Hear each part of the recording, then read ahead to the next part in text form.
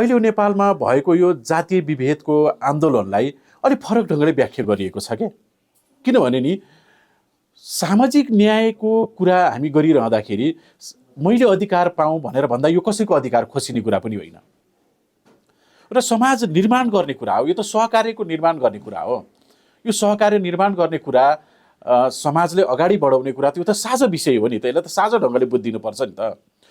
हाम्रो आन्दोलनले कुनै पनि धर्मलाई गाली गर्दैन र हाम्रो आन्दोलनले कुनै आज निर्माण भएको भनिएको उच्च जातलाई पनि यसले गाली गर्दैन। यसले न ब्राह्मण समुदायलाई गाली गर्छ, न क्षेत्रीय समुदायलाई गाली गर्छ, होइन, न अरूलाई नै गाली गर्छ।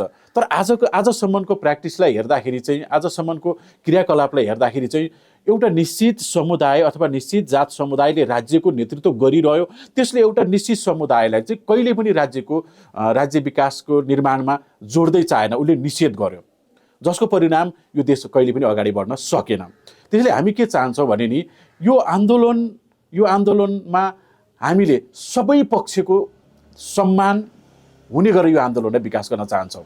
हामी धर्मलाई गाली गर्दैनौँ र अर्को उच्च जातलाई पनि गाली गर्दैनौँ। तर आजसम्म शासक वर्गमा पुगेको र समाजले उच्च भनिएको जातले चाहिँ आज एउटा महसुस चाहिँ गर्नुपर्छ। त्यो महसुस भनेको के हो भने हाम्रा पिता पुर्खाले गरेको गलत निर्णयले आजको सिङ्गो दलित समुदाय, जनजाति समुदायहरू उत्पीडित हुन पुगे, उत्पीडनमा परे, जसको कारण ऊ गरिबी भयो, ऊ अन्याय भयो, ऊ अत्याचारमा फस्यो, जसको परिणाम आज उनीहरूको जीवन पनि बर्बाद भयो र देशको जीवन पनि अथवा देशको आर्थिक जीवन पनि कमजोर बन्दै गयो भन्ने कुरा आजको समुदायले बुझ्नुपर्छ।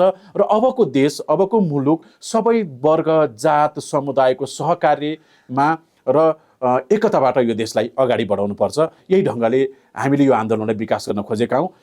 यो कुनै सामाजिक भावना, सामाजिक एकतालाई टुटाउने, सामाजिक सम्बन्धलाई खलल पुर्याउने यो कुनै आन्दोलनको उद्देश्य पनि होइन र त्यो ढङ्गबाट हामी अगाडि बढ्दा पनि बढ्दैनौँ।